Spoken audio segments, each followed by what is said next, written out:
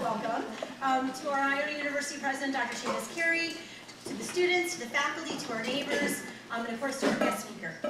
For those of you that don't know me, my name is Tricia Mulligan, and I'm the Provost and Senior Vice President for Academic Affairs here at Iona. And this is the final session of our Gabelli Center for Teaching and Learning inaugural Presidential Speaker Series. That's a mouthful. And this past year we focused on all things AI. And it is my distinct honor and privilege to introduce our Driscoll Lecture speaker this evening, Dr. Shannon Vallor. So Dr. Vallor earned her Ph.D. in philosophy from Boston College and has since dedicated her entire career to exploring the profound ethical implications of emerging technologies. Professor Vallor is the acclaimed author of Technology and the Virtues and the AI Mirror, How to Reclaim Our Humanity in an Age of Machine Thinking. And if you read the paper or any other form of information, you know that that's a very important and resounding theme. Vallor serves as the Bailey Gifford Chair of the Ethics of Data and Artificial Intelligence at the University of Edinburgh and the Director for the Center of Techno-Moral Futures at the Futures Institute. She is also a prominent advisor for policymakers and industry on the ethical design and use of AI, including serving as a former visiting researcher and AI ethicist at Google. In her work, Dr. Vallor challenges us to reflect on how AI technologies, while powerful, often mirror our own biases and limitations. She urges us to envision AI not just as a tool, but as a catalyst for reclaiming our human potential for moral and intellectual growth. From her insights, we learn the importance of designing AI systems that enhance our virtues rather than amplifying our flaws. Her teachings remind us that the future of AI should be one where technology supports human flourishing and ethical development. Please join me in welcoming Shannon Vallor, whose wisdom and vision will undoubtedly inspire us to think deeply about the role of technology in shaping our collective future. Hello, everyone. Hello. Lovely to see such a full. For those of you standing, there's seats in front. Come find them. They're comfortable. Thank you so much for inviting me here to Iona University. It's been a lovely day so far. And yeah, folks will make room for those still needing seats. Maybe scooch over so they don't have to climb over your legs. It'd be very kind. I'm going to talk today about some of the themes in my new book, The AI Mirror. So it's not really that new. It's creeping up on its one-year anniversary. It's still new for me. The book uses the mirror as a metaphor to help us better understand how today's powerful AI tools work, what they are and what they're not, what they can do for us and what they can't, what they can do but probably shouldn't. And throughout the book, I talk about AI in the context of our humanity. That is, those capabilities that we most treasure in the human animal and that are most essential to our shared flourishing together on this planet.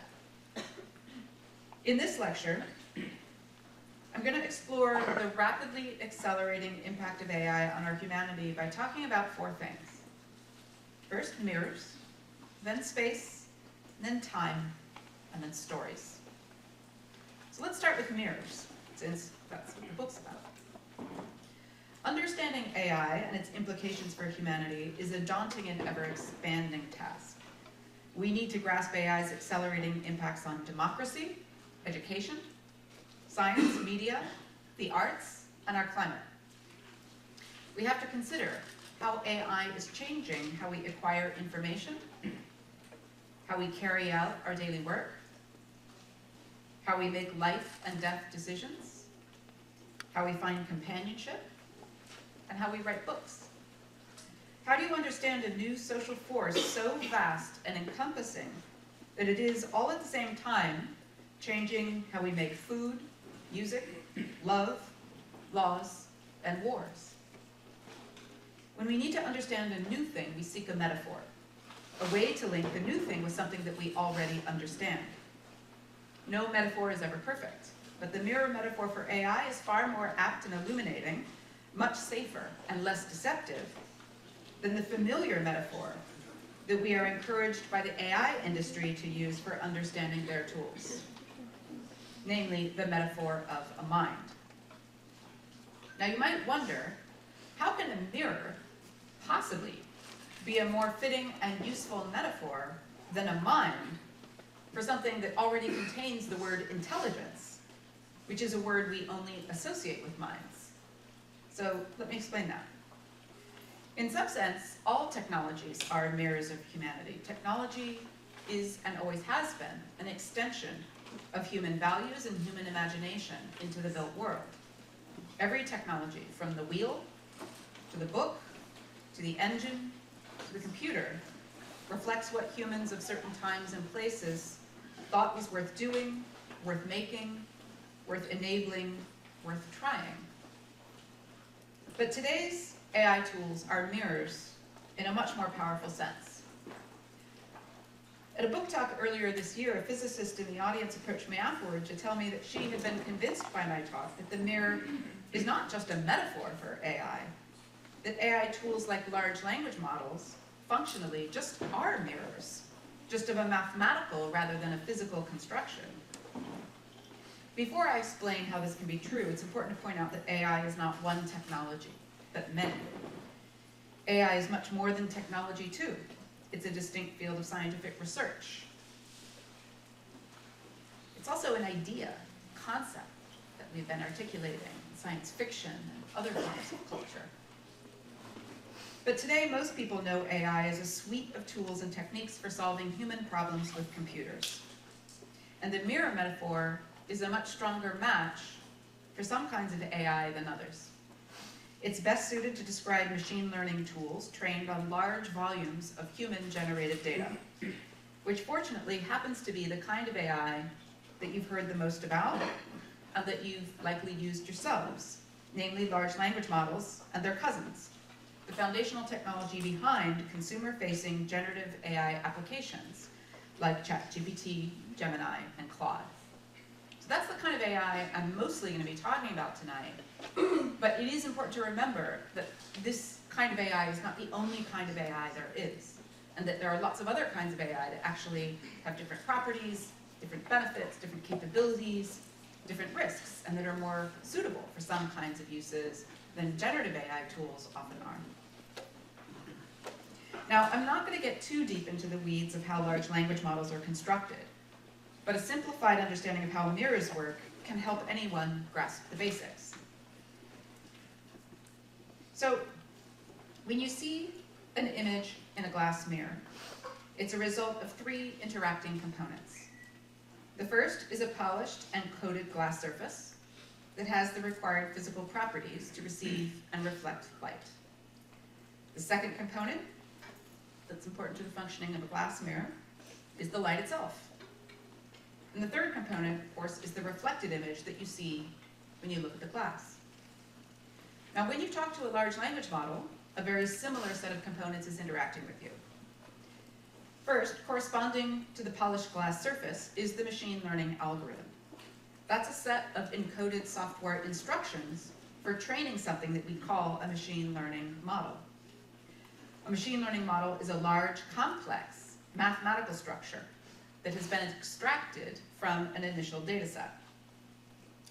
The learning algorithm is what structures and then further trains the model by specifying how that structure will change as it's exposed to incoming data, much as the physics of a polished mirror determine how the glass will receive and reflect incoming light. So imagine if a mirror's glass surface could be physically altered in subtle ways by new light that fell on it, such that the more new light hit the mirror, the better the glass performed in reflecting it. Now you have a basic intuitive grasp of how machine learning models are trained and how they come to work. We create a reflective mathematical surface using a type of algorithm that can polish the model surface further by being exposed to training data. And when the training process is complete, we can conceive the mirror as polished to its final state, or near final state, and we have a mathematical structure, the trained model, that can receive and successfully reflect the patterns in any new relevant light, that is, any new relevant data given to it. Because of course, light is the second component of the metaphor, and data is the light for AI. But instead of visible light falling on physically polished glass surfaces, AI mirrors work when stored digital data falls on mathematically polished algorithmic surfaces. So the model gets its initial properties, what we call weights or parameters. Those are the things that the polishing produces, right?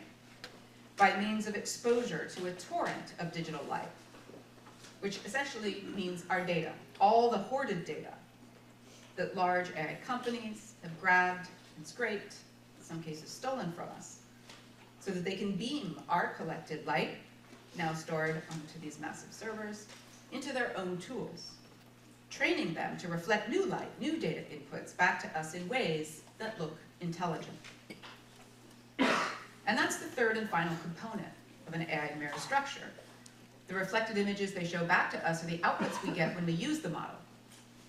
Whenever we enter the new light of our prompts and queries, whether typed by hand into a ChatGPT window, spoken into your phone, or by a gesture like pressing an icon on your screen, the answers we get back from the model, those intelligent-seeming replies in text, audio, or video form, are just composite reflections of all of the data taken from us that now resides in the model as a mathematical structure.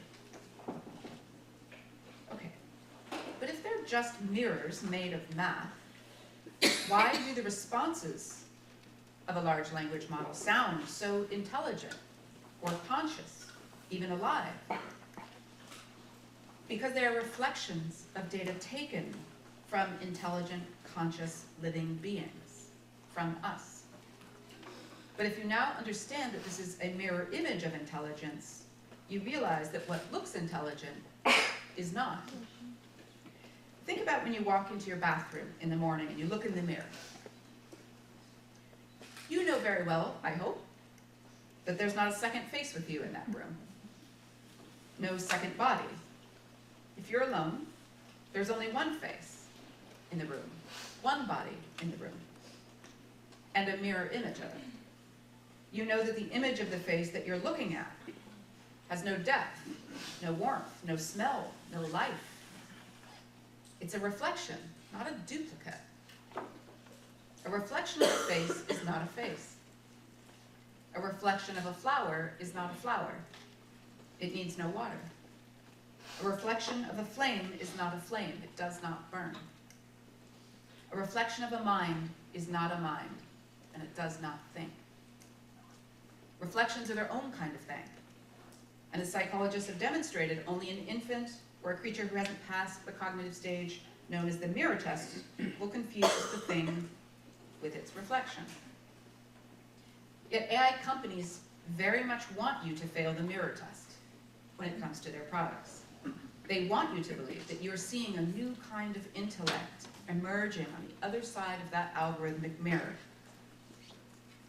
Something alien, something even smarter, more powerful, and more capable than you are, or we are.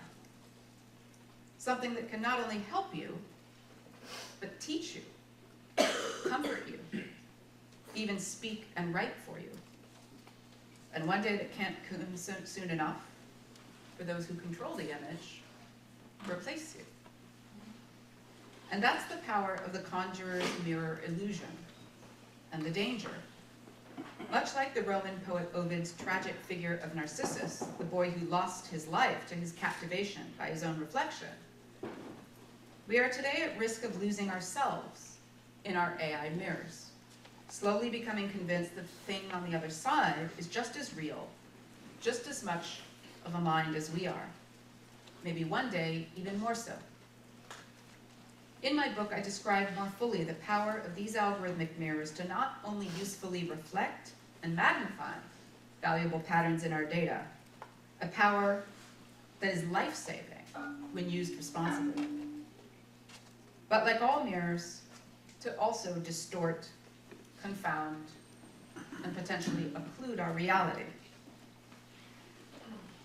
For example, AI mirrors not only reproduce and magnify the patterns of injustice in our data, they routinely produce even more distorted versions of these, bouncing back to us funhouse mirror images of our own histories of racial abuse and exclusion. They reflect back to us past worlds where women have never been CEOs or artists, even showing us non-existent worlds that have never existed, where all attractive people are light-skinned, where white people never use social services, and where productive people are only young men with too much hair product. These unpredictable distortions can be absurd, like Google's fine-tuned AI that wildly overcompensated for its underlying biases by portraying Nazis as racially diverse. Or its notorious AI overview tool telling us that nutritionists want us to eat 1 rock a day, or that you should glue your cheese onto your pizza to secure it. Or we could talk about X's Grok bot, which made up a news story last year about Mayor Adams sending the NYPD into the subway to shoot the April earthquake before it could strike again.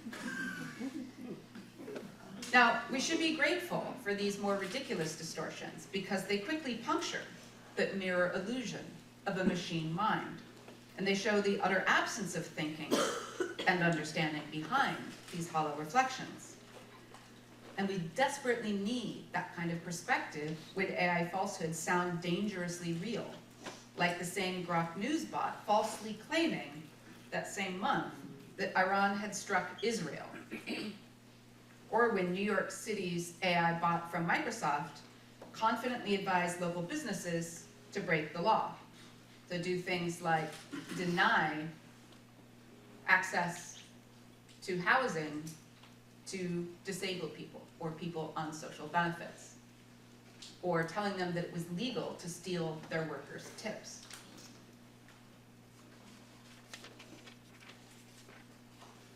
It's important to know that there's no more thinking behind the reflection, though, when the AI mirror images get things right.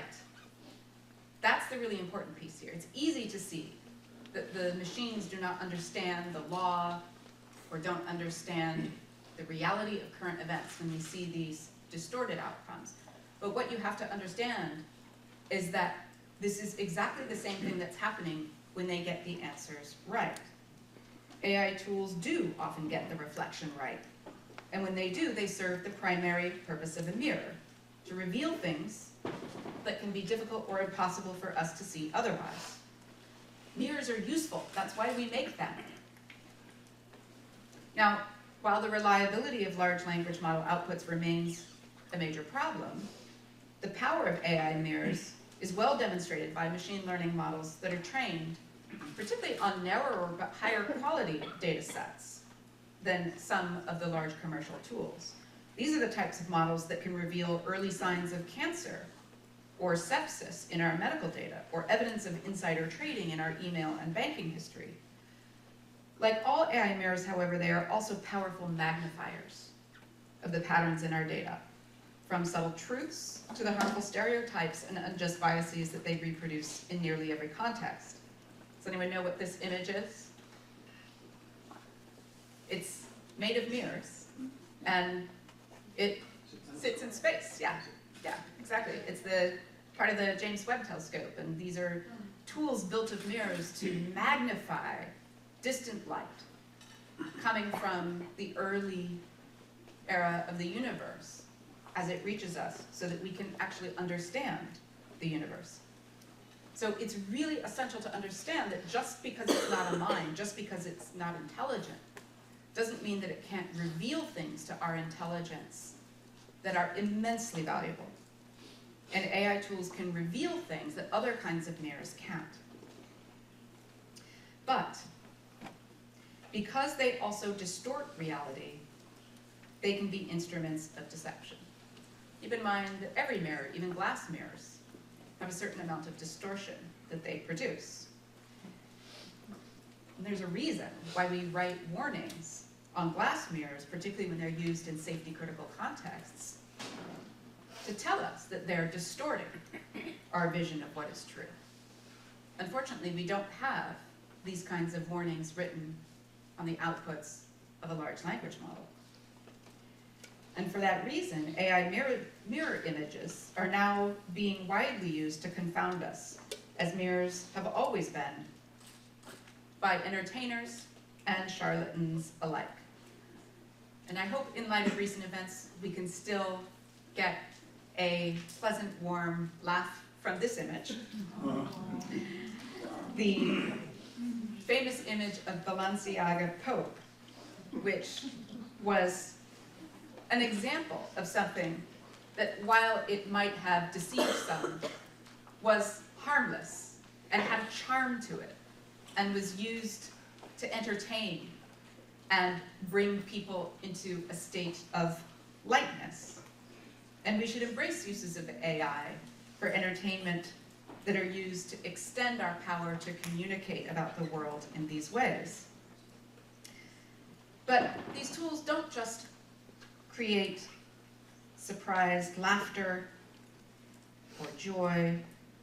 They can also deceive us with fraudulent deepfake images, audio and video designed to gin up your political rage over a non-existent campaign speech, or get you to wire cash to the person on the video call who looks and sounds exactly like your boss, or even your pleading child, that you would swear is begging you for help in their own distinctive voice, moving their own injured body, and shedding their own desperate tears. In my book, I ask us to consider the heavy social, psychological, and environmental cost to us of this new mirror world, and how we might refuse the offer and rewrite its terms in our favor. But in this talk, I want to take a different turn. I want to focus on how these AI mirrors, which can be used as tools to enlarge our possibilities, enhance our freedom, and secure our futures, are instead increasingly being used to steal these from us, to snatch away from us the space and time that we use to think, the power we hold to know and craft our own narrative, and the confidence we need to choose and build more humane futures. So this talk is a call, like my book, to reclaim our humanity, to retake our space, our time, and our stories.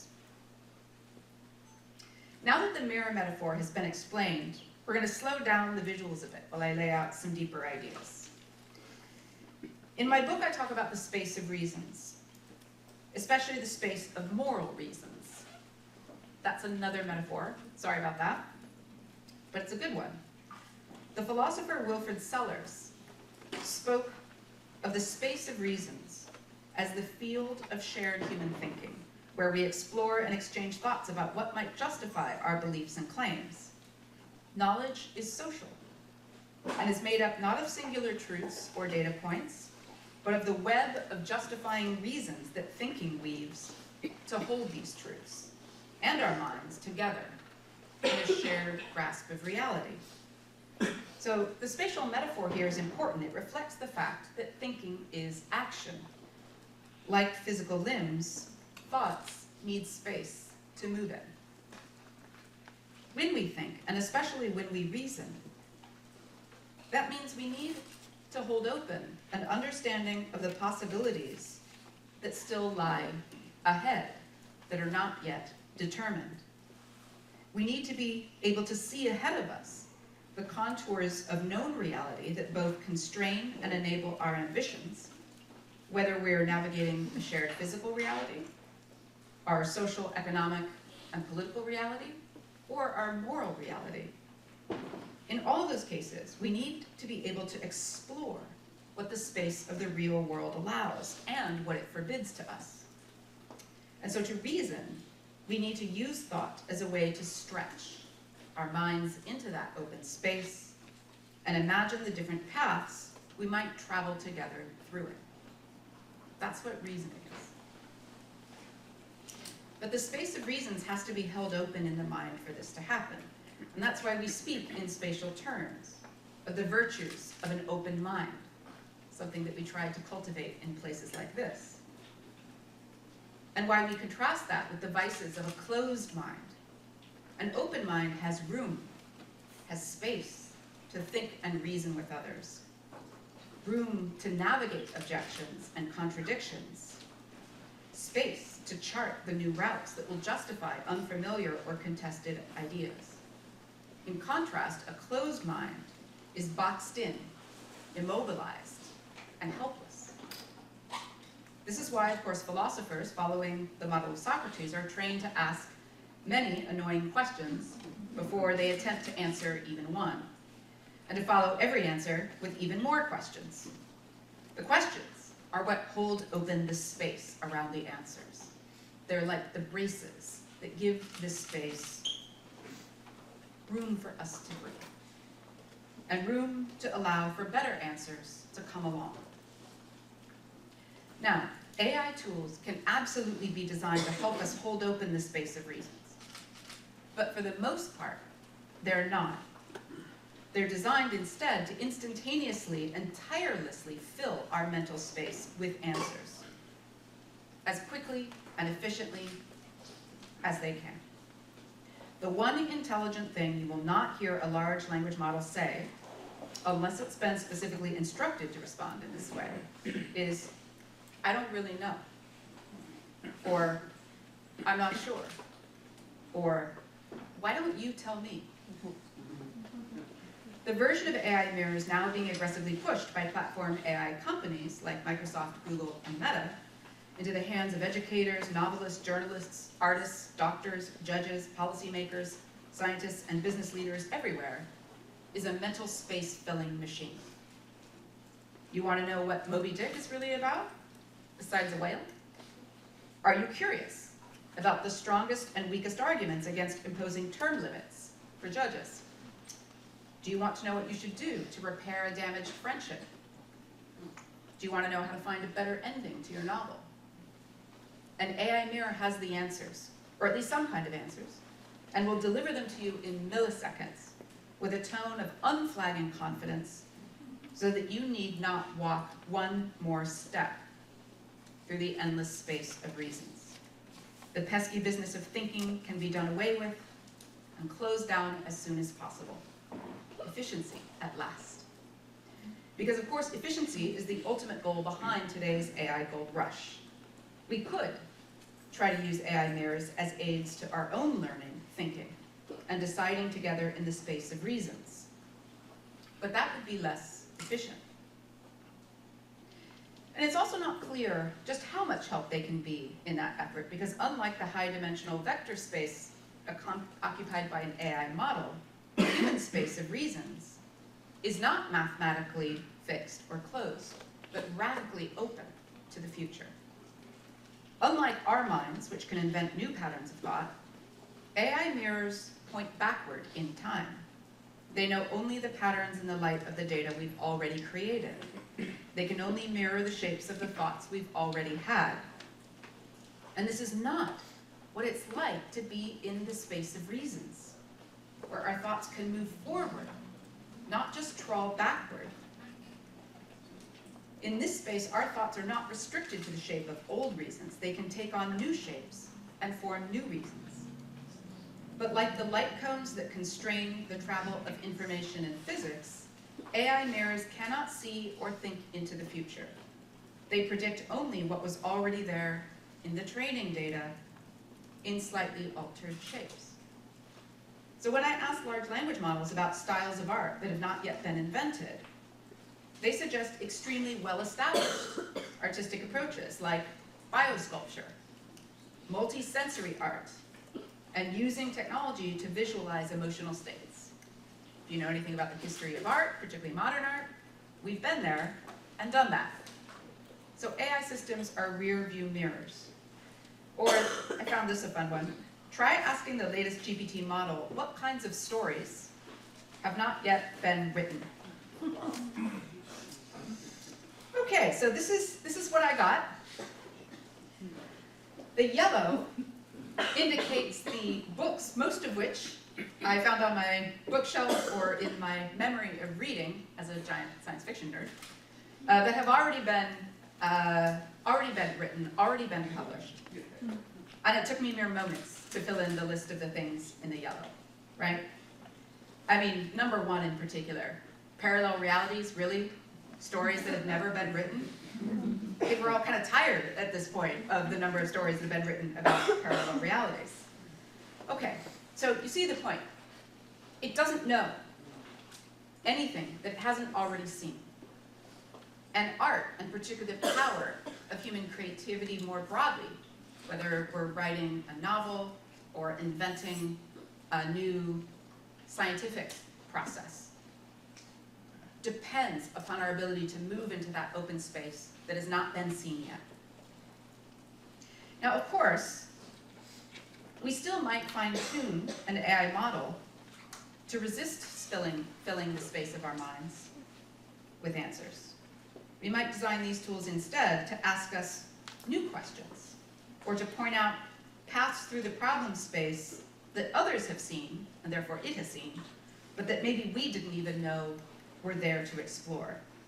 And some of you have probably used AI tools in this way, right? To lead you into spaces that others have seen that you have not. And some people do have the skills, time, and motivation to tweak these tools for that purpose, to aid their own intellectual exploration and flexing of their cognitive muscles without doing the work for us. But for most users, and especially for the companies and governments who are betting on these tools as magic beans that will soon spark sky-high productivity and efficiency gains, for them the whole point of these tools, and the only thing that justifies their immense cost, is to save us all the effort of thinking. Now, right now, most generative AI mirrors like GPT and Gemini can't really do this. They're still too distorted and unreliable. By design, they don't find facts. They make up outputs that look and sound like facts, which is a real problem when the truth actually matters.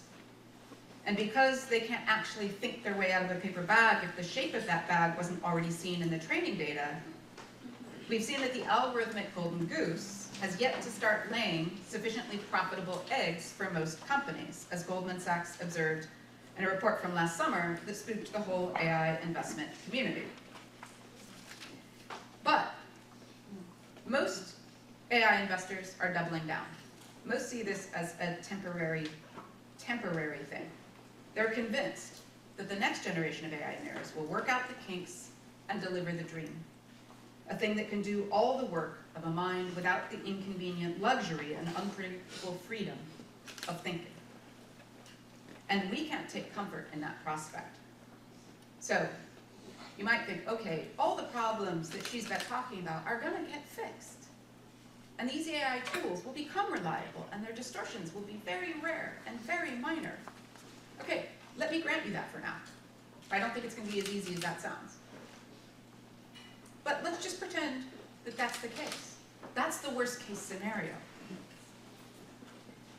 The philosopher Alfred North Whitehead said in 1911 that civilization advances in proportion to the number of important mental operations that we can perform without thinking about them. Now, he was speaking of mathematical techniques to solve complex problems with less effort. He's talking about a kind of low-level cognitive automation, something that allows us to save more of our mental energy for higher-order thinking and deciding.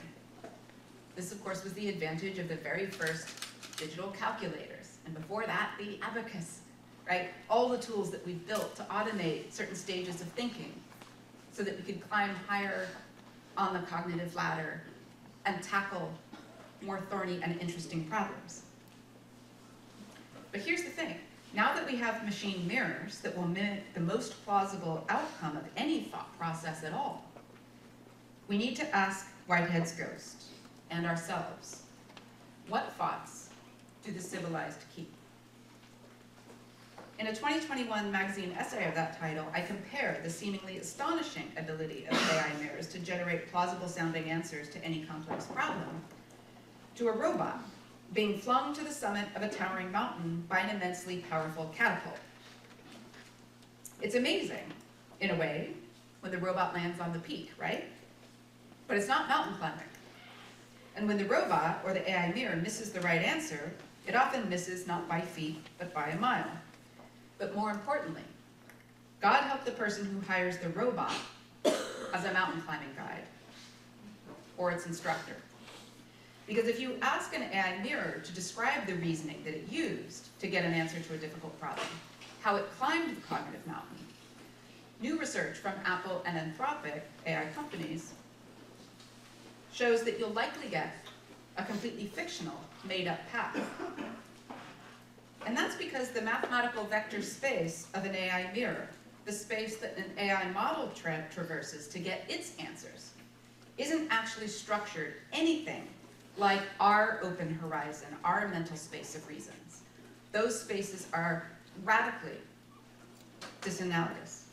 So, when asked to reveal their reasoning process, even the latest AI models, what you will have heard of as reasoning models, or models that can produce a chain of thought, they'll do the same thing they do to get the original answer. That is, they make something up.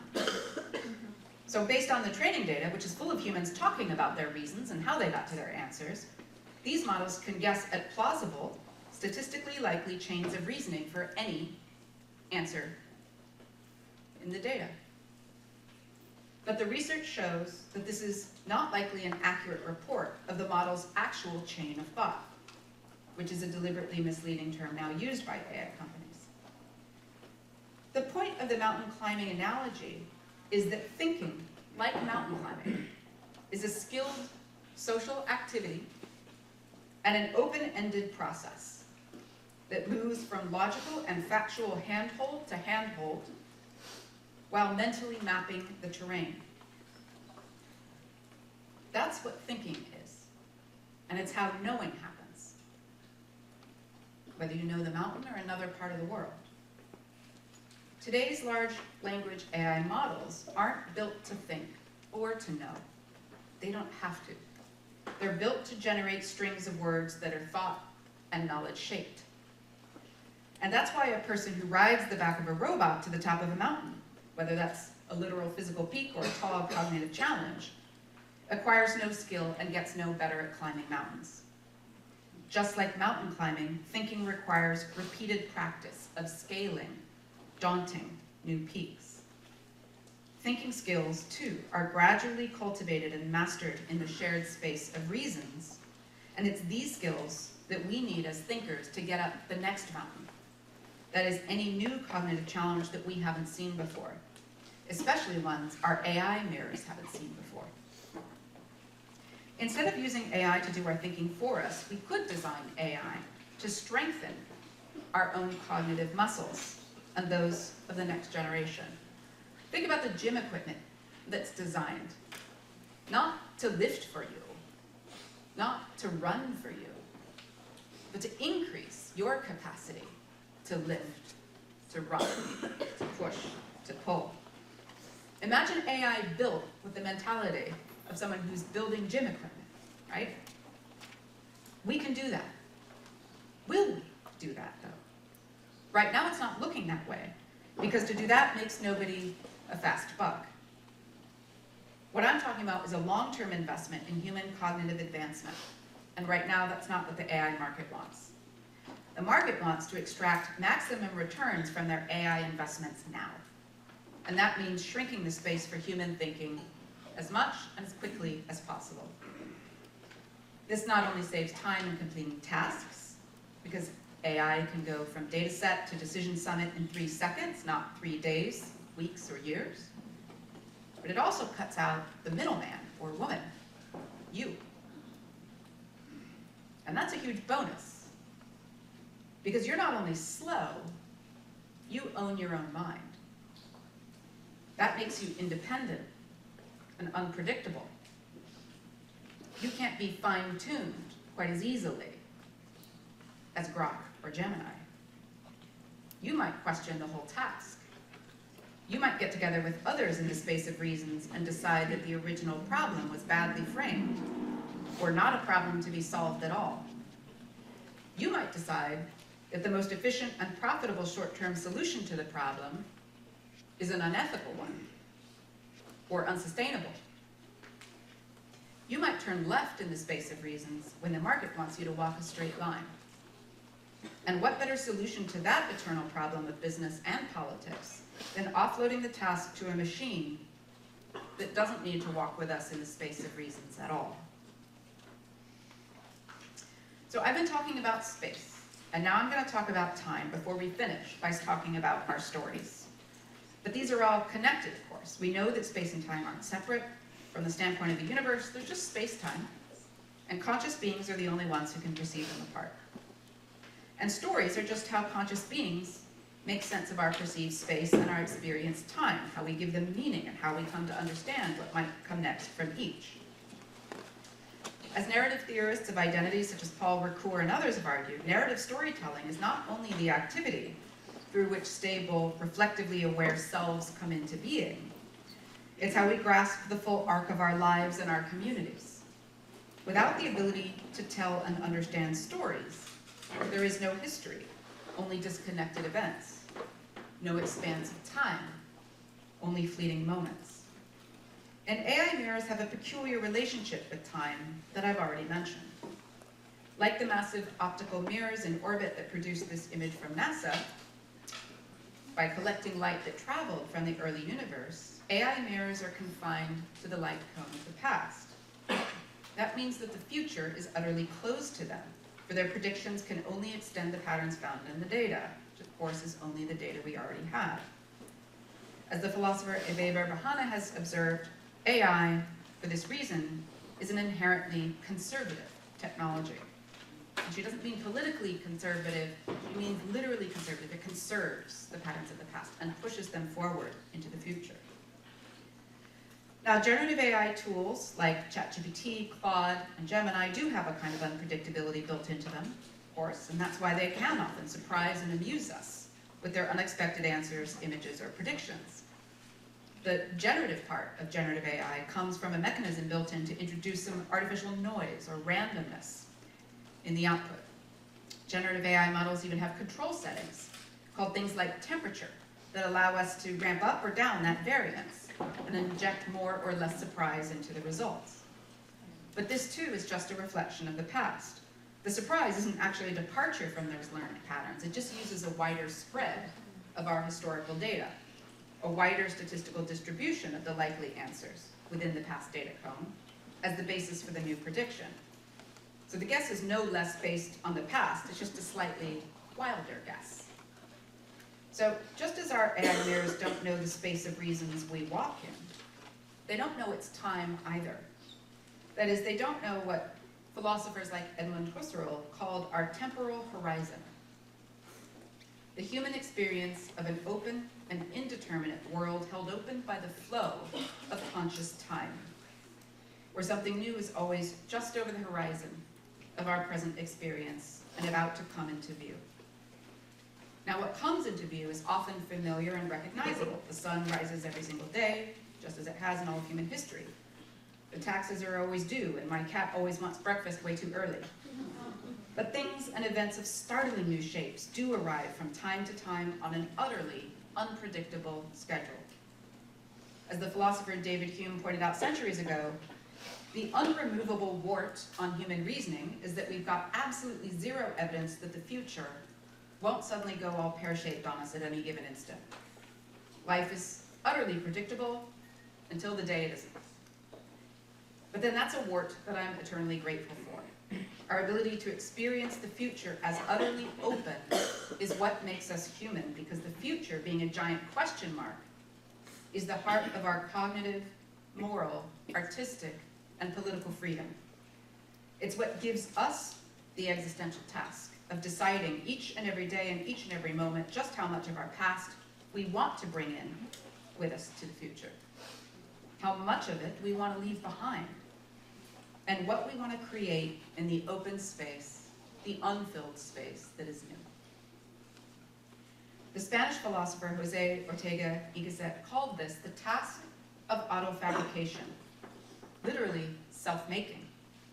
He said, to be human is to be called to be an engineer of yourself, by choosing from your future's open possibilities which ones to make real. but also an engineer with others. You're called to be an engineer of the future that we will share. We are engineers of human futures, all of us. Now, we might try to keep things looking much the same, but that too is an engineering choice, to carry the past forward in the same shape. We can always choose otherwise, and sometimes we do. We abandon a commitment that we promised to hold for life, or we make a commitment we swore we'd never take on. We can extend our trademark artistic style into endless satisfying variations of the same, or we can drop it on a dime and leave our audiences utterly baffled. We can stick with the dire politics we know, or we can say, to hell with this, we're changing the game. And we've done it more than once. We can keep burning the world for the temporary benefit of a handful of billionaires, or we can say, no more. But here's the thing, AI mirrors can't make these kinds of radically new choices. They are stuck pointing backward. And that's why their reflections keep regenerating the most common social biases and most widespread errors of digital humanities history. It's why the speeches and essays and songs they generate are so weirdly bland, generic, and somehow familiar. This regressive power of AI mirrors has been described by the philosopher Mark Kokelberg as a kind of time machine. But an AI mirror is a pretty perverse kind of time machine because it can't take us into the future. All it can do is let the patterns of the past leak ever more into the present and into that horizon to fill it. And that's a real problem now that everyone from government leaders to screenwriters, from university educators to criminal court judges and journalists are being told by AI companies that they need to use AI to write the future, to predict from the past data cone what decision or word or idea is most likely to come next, and then automate that statistical ghost of the past into our lived reality. We live at a time where the most dominant economic, political, and environmental patterns of human activity on the planet are all under growing strain because these patterns, for reasons that are tightly interwoven, are jointly unsustainable. They not only serve increasingly few of us at the growing expense of everyone else, they endanger the future of the entire human family and all other intelligent life on the planet.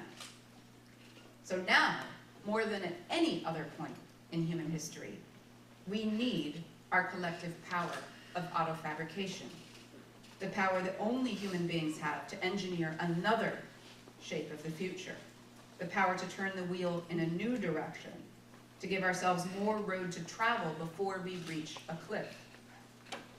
AI mirrors, when used to optimize the efficient reproduction of human work, as it has been, won't invent that future.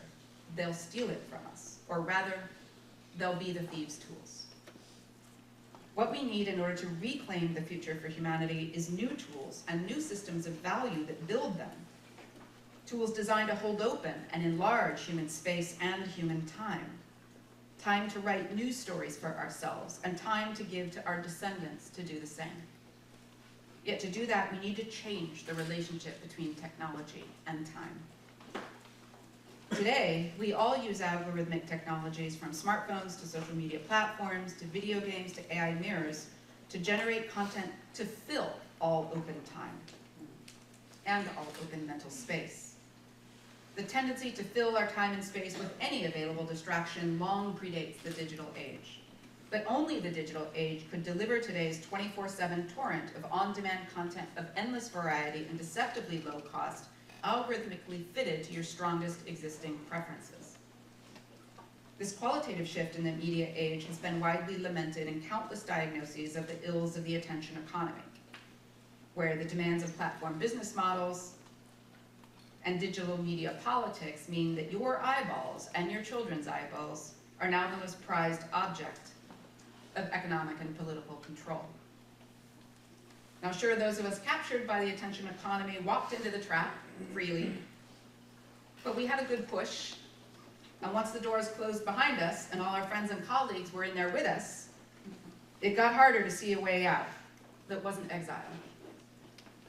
And because of this, we increasingly do not know what it is to have unfilled time, or unfilled mental space.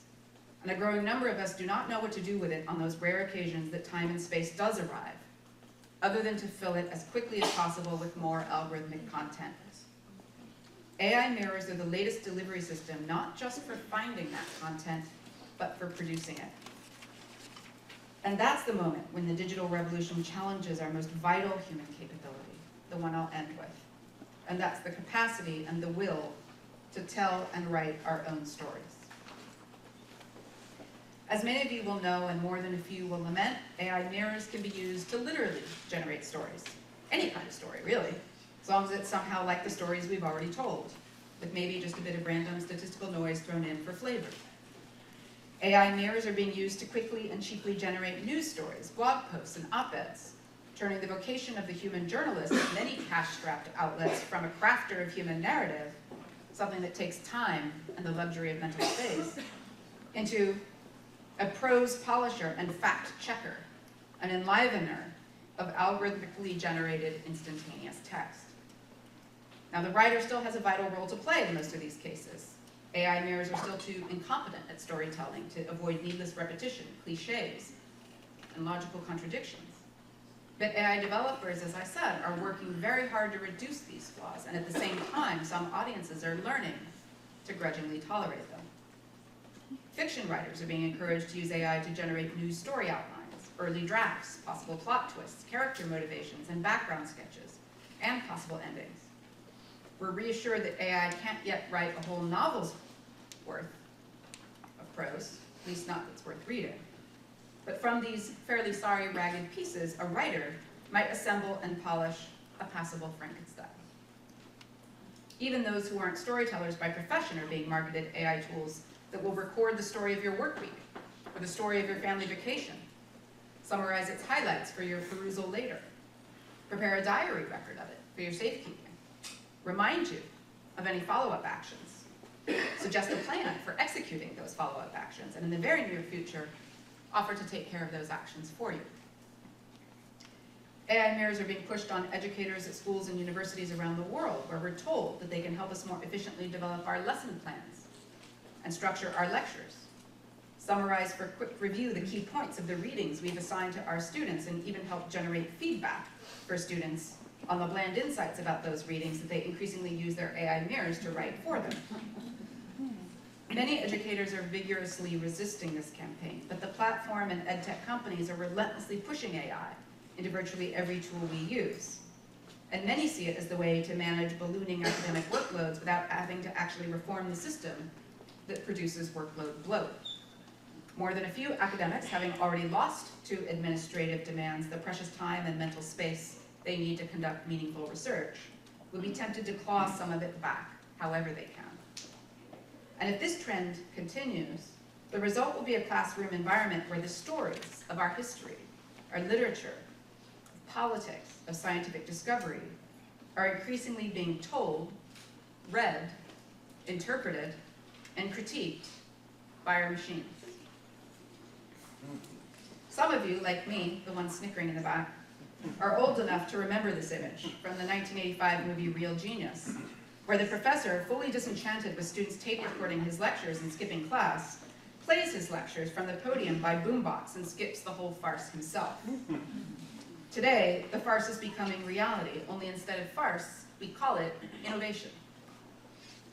We can demand better. We can demand better of ourselves, we can demand better of AI, including AI in the classroom, which can be used in incredible ways. But first we have to want better, and we have to believe we deserve it. At the moment, that's a challenge, and perhaps for young people most of all. A recent Atlantic piece by Rose Horowitz titled "The Elite College Students Who Can't Read Books" described the growing resistance of university students to reading any extended narrative, from a book down to a sonnet. In the article, a psychologist notes that digital media has altered young people's sense of what is worthy of attention. But in a shift from the age-old pre-digital phenomenon of students opportunistically skipping the reading, which has always been a phenomenon, the article highlights professors' worries that unlike previous generations, many of today's students seem to be skipping the reading not because they won't do it or don't want to, but because they can't. The account of a growing number of university students instantly shutting down at a single encounter with more than a few dense pages, experiencing the tracking of a long-form story as an impossible cognitive task is not new to me. It's been a worry of many of us for a while. But AI mirrors are now promising to close that gap for everyone, launching us to the top of the exam or essay mountain in a single prompt, even preparing seemingly thoughtful and perceptive discussion questions for you to ask in class or tutorials, or coming up with likely objections to the core text that your professor has assigned.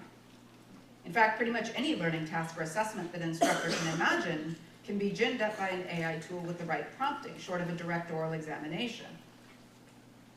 But the important question here is not whether you can make your way through the Iliad or War and Peace. The question is whether you'll retain the will, the confidence, and the capacity to participate in the vital human task of reading and writing your own stories, which requires the mental allowance of time and space I've been speaking of. One of the things that's widely reported as uncomfortable for many digital natives, but also older digitally habituated readers like me, is the discomfort with the experience of empty mental space. To allow mental quiet and space to arise and dwell in it, to not respond to the powerful impulse to fill it with something, anything, is a challenge for many of us, and increasingly feels impossible for more than a few. But that feeling is what the novelist knows is the torture of writer's block that pushes us to close the laptop and clean another part of the house. Yep. We've been there.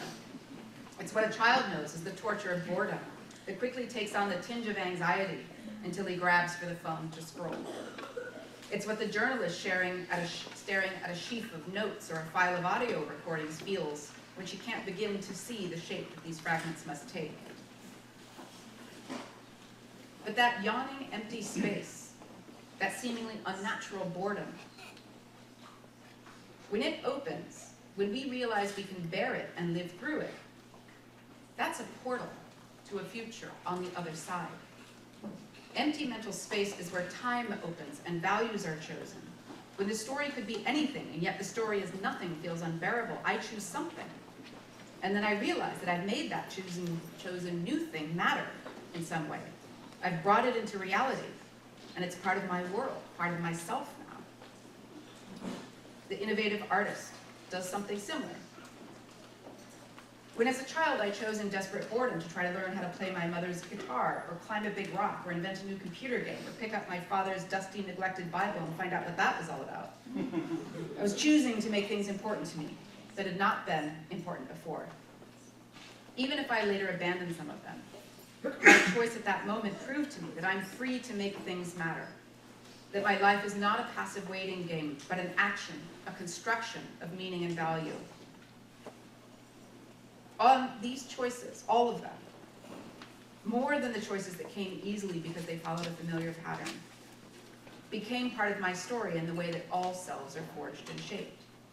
We learn that we have power over the future, that we're not helpless victims of fate, by reaching across the void of mental space into time's open and formless horizon, and bringing something over from that undefined future into our present world, giving it a place in our story, and by that choice, making it real. We do that when we innovate in art and media and design. We do it when we come together to invent new politics. And we do it when we press new moral claims on the world. But to learn that power, we have to be given space and time to think and feel without someone or something else filling it for us. Empty space and quiet is the field of the future. And that's the opposite of what digital culture gives. Modern digital life is much like a 90s Tetris game. Every moment is a challenge to fill the open space of existing as efficiently and seamlessly as possible. The blocks are falling faster and faster, and they must be quickly slotted into their predictable and rational places. See what's coming next.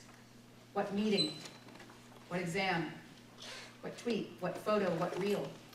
React and process, like or save, fit it into the most likely slot, or let AI do it for you, but most importantly, leave no space unfilled. We need instead to fight to hold open our space and our time so that we can write the next chapter of the human story and let it go somewhere new. That's the opposite of what AI currently offers us. AI mirrors can't tell our stories for us because they don't know why those stories matter. There's nothing at stake for an AI storyteller because an AI bot has no future to make. Unlike the work of being human, its work has been done, and all that is left to generate its most probable echoes until it is trained again. The image of our data that appears in the AI mirror can be dim or blurred or fogged or distorted, but it can't be unknown. It can't be unmade. For an AI mirror, there is no story still untold. But unlike an AI model, we each and together sit on the edge of a future that is open, one that need not reflect the past, not unless we surrender to machines the power of telling our own stories. This narrative power is the self's crucible, but even more importantly, it's the crucible of our collective humanity, which will have a story that only we have the power and the duty to write.